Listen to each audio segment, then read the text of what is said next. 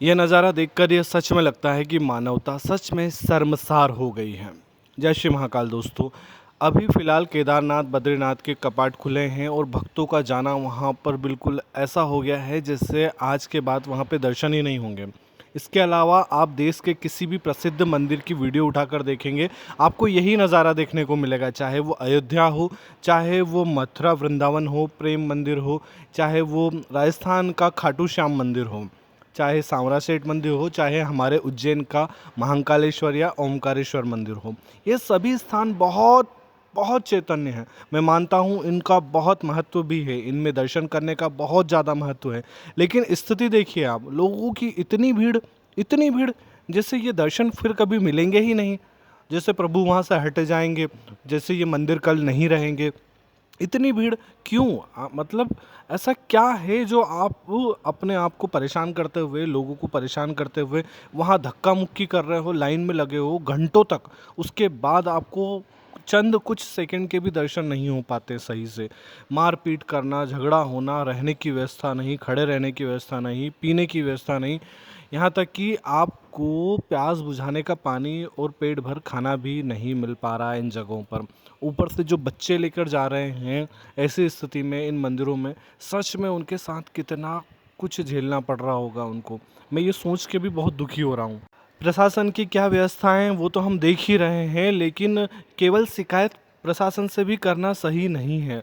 मेरा उन लोगों से भी एक कहना है कि आपके आसपास ही इतने प्रसिद्ध और चैतन्य मंदिर हैं, आप वहीं पे दर्शन कर लीजिए। क्या ज़रूरी है आपको इन सभी देव स्थानों पर जाना?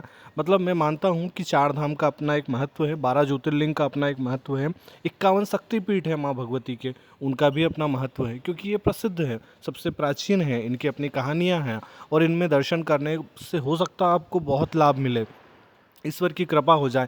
लेकिन वही ईश्वर आपके अपने शहर में, आपके अपने गांव में, आसपास कहीं 10, 15, 20 किलोमीटर की दूरी पर विराजमान है। आप वहां जाके दर्शन कर लीजिए।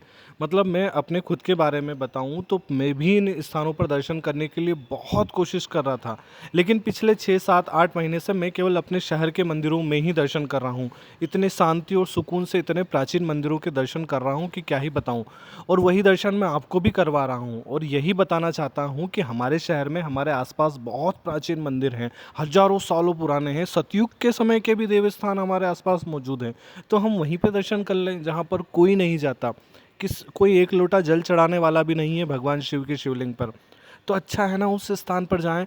आपको अपने शहर में हर देवताओं के मंदिर मिल जाएंगे। मैं देवास शहर से हूँ और देवास में आपको भगवान शिव, माँ जगदम्बा, श्री हरि विष्णु, राधे कृष्ण, सांवरिया सेठ, खाटू श्याम, गणेश जी, हर देवता के दर्शन हो जाएंगे। पुराने से पुराने मंदिर बने, 250 साल, 500 साल या 1000 साल पुराने भी स्थान हैं, आप वहाँ जाके दर्शन कर सकते हैं। उन मंदिरों का महत्व समझिए, उस जगह को समझिए। मतलब हमारे शहर के मंदिर लुप्त होते जा रहे हैं, लोग वहाँ जा नहीं रहे हैं और बिल्कुल जगह बंजर हो रही है, मंदिर गिर रहे हैं, कोई देख रेख करने वाला नहीं है।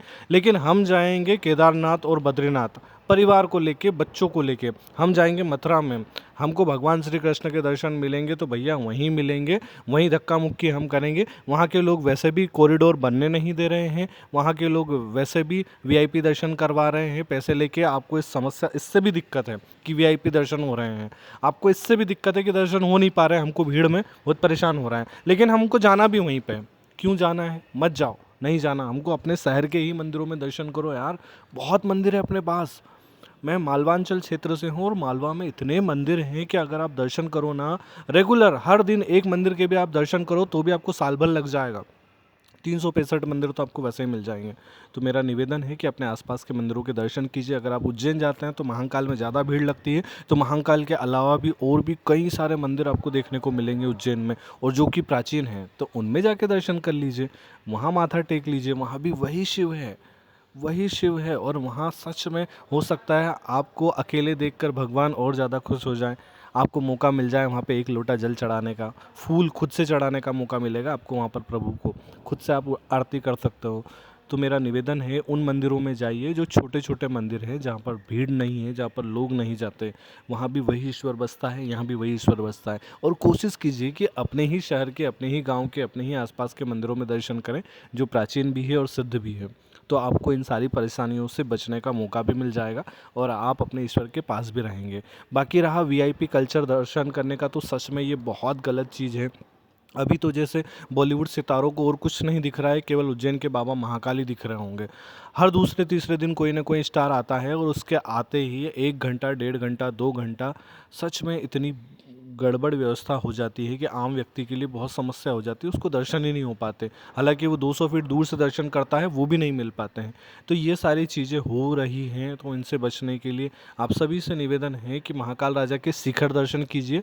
वैसे भी शिखर दर्शनम पाप नाशनम होता है। इसके अलावा भगवान शिव के 84 महादेव मंदिर हैं उज्जैन में, आप वहाँ पे दर्शन कर लीजिए। माँ भगवती के भी कई सारे मंदिर हैं, चामुंडा माता, हरसिद्धि माता, गढ़कालिका माता, भूखी माता, नगरकोट की रानी, 24 खंबा माता, ये सारे मंदिर हैं जगदम्बा के भगवती के उज्जैन में, तो वहाँ दर्शन कर लीजिए। मतलब आपको दर्शन करने के लिए कोई कमी नहीं है, लेकिन आपको एक ही मंदिर में जाके केवल दर्शन करना है, दिखावा करना है, तो आपको फिर परेशान होना पड़ेगा।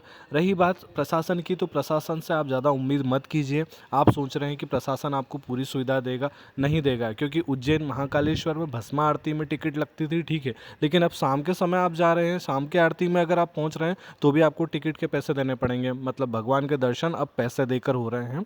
तो वहाँ से आप समझ जाइए कि क्या होने वाला है या क्या स्थिर स्थिति हो चुकी है ईश्वर के दर्शन करने की।